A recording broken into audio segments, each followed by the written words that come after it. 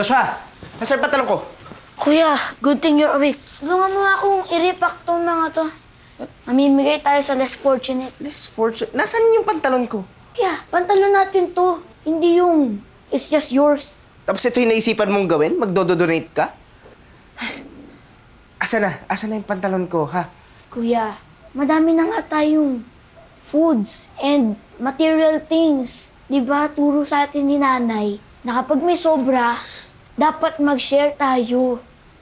And gusto ko lang pasayahin sila in my own little way. Alam mo, Joshua, dapat itago mo na lang lahat ng to eh. Naalala mo ba nun? Si tatay mahilig din tumulong sa mga kakilala niya. Tapos nung tayo nangailangan, walang tumulong sa atin ni isa. Kaya sabi ko sa sarili ko, kapag yumaman ako, unahin kong pasayin yung sarili ko kaysa tumulong sa iba. Kuya, nakalimutan mo na ba ang turo ni nanay? Na mahalaga mag-share ng blessings.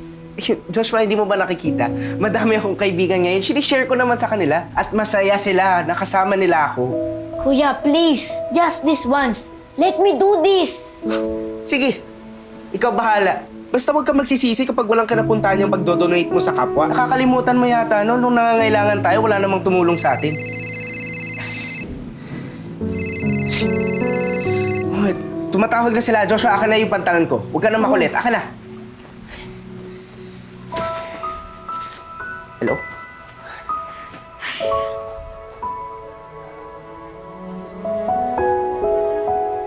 Akala ko pa naman matutupad yung wish ko sa shooting star. Hindi pala.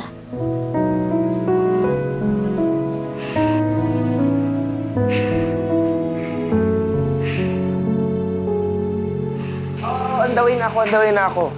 Oo naman, sama mo na. Sagot ko lahat. Mag-aya ka pa. Ay, kayo pa ba? Sige na, sige na. Andawin na ako. Ito na. Sige, bro. Yeah.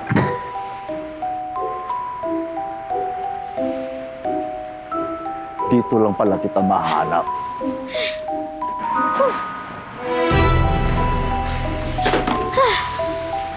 Utoy! Utoy, saglit! Yes, can I help you? Kaano-ano mo yung binatang lumabas kanina? Oh, that's my kuya. Kuya Arnold.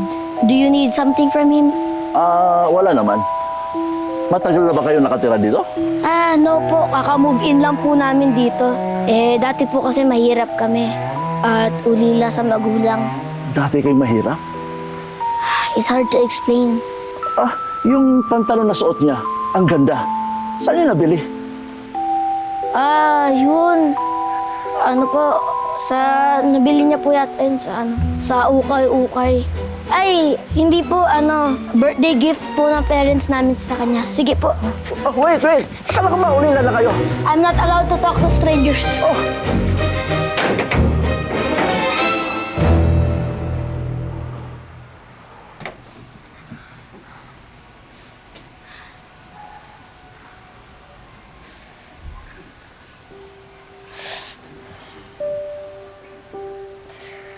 Masyado ka na madaming ginawang bad sa amin na kuya.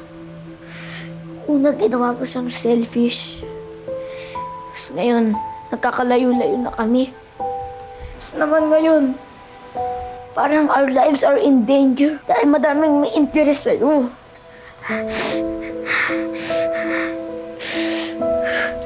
Ginagawa mo? Uy! Joshua! Akin na yan! Ginagawa mo? I-destroy ko na yan! Yan ang nag-change sa'yo. Ito lang ang way para bumalik ka sa dati! Anong dati? Naghihirap tayo? Nagtutulak tayo ng kariton?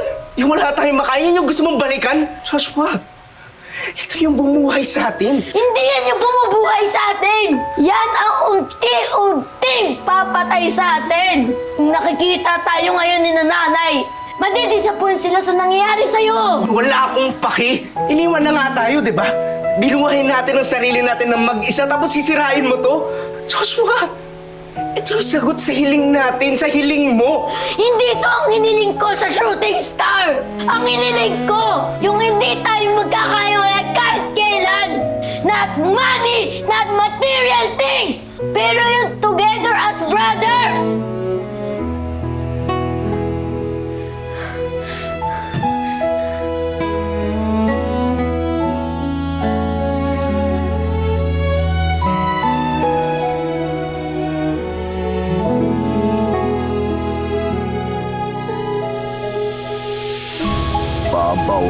ko sa inyong dalawa ang pantalon ko. Itagaan niyo sa bato.